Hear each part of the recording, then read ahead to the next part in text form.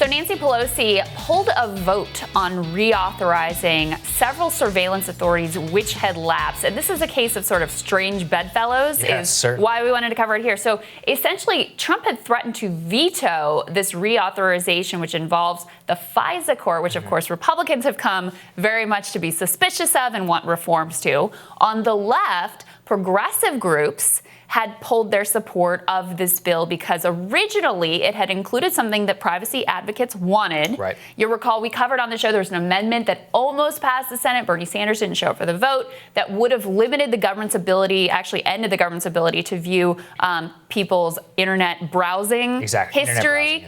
So that was supposed to be in this. Then it was watered down. Then it was pulled all together. Progressive groups pulled their support.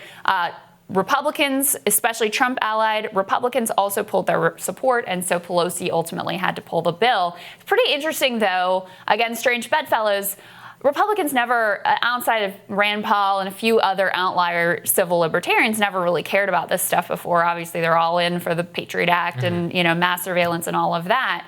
But because of what I would say were legitimate abuses of the FISA court revealed with Carter Page through all the Russiagate stuff, suddenly, now that it applies to their guy, suddenly they are interested in some reforms here and a little bit more skeptical of the surveillance. But who cares? I mean, as we talked about, if the cynical choice is in order to protect yourself and for political expediency and do the right thing, be cynical. Great. I mean, like that's something that, I certainly learned a lot from this. My thinking, I will tell you, has evolved quite a bit on FISA, especially having seen what exactly the FBI did. And you're right. I mean, I should have listened to many of the people like Glenn Greenwald and others who were talking about, who were talking about how this can come for you, how it could be abuse, and so much more. And it informs very much of my thinking about my distrust of so much of the national security arguments that I have heard now for quite some time. And I think that was one of the great big things that the Trump administration kind of ushered in, was a total skepticism of like, should we be in Iraq? Should we be in Afghanistan forever? Should we just accept what the intelligence community tells us that they need in order to do their jobs?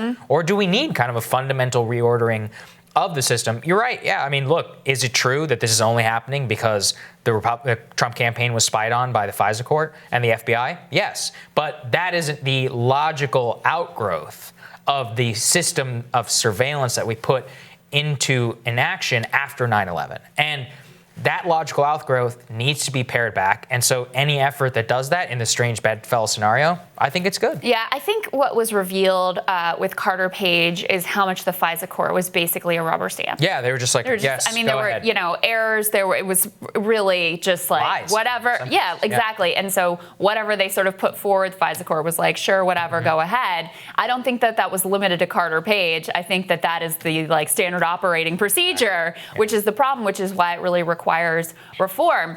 What is a unique dynamic in the Trump administration is with previous administrations, oftentimes or almost uniformly, the interest of the national security state and the interests of the administration were aligned. So in administration after administration after administration, there was a continuing expansion of executive power and of these spying powers because everybody's interests were aligned.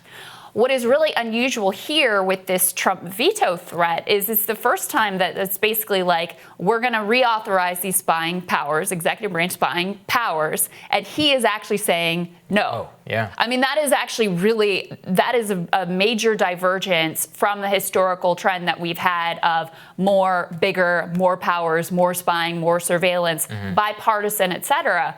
And I don't he's not like morally superior or whatever for doing this. It's a cynical action. But because they're at loggerheads, because there is tension and skepticism and they are at odds in their end goals, he is actually paring back some of the powers that they have that are ultimately his powers to use. And has shifted now the Overton window on this forever, because any Republican from here on out who does want to do it is going to have to justify what happened on the Trump campaign to their own base who rightfully sees what happened here. So this is how political change can work. And look, I mean, people are cynical. People, vote based on what's in their in their political best interest. Fine. It's always up to people like us in order to try and align those two things so that it actually comes to pass. Yeah. And here it is, finally. Very interesting development. All right, more Rising for you after this.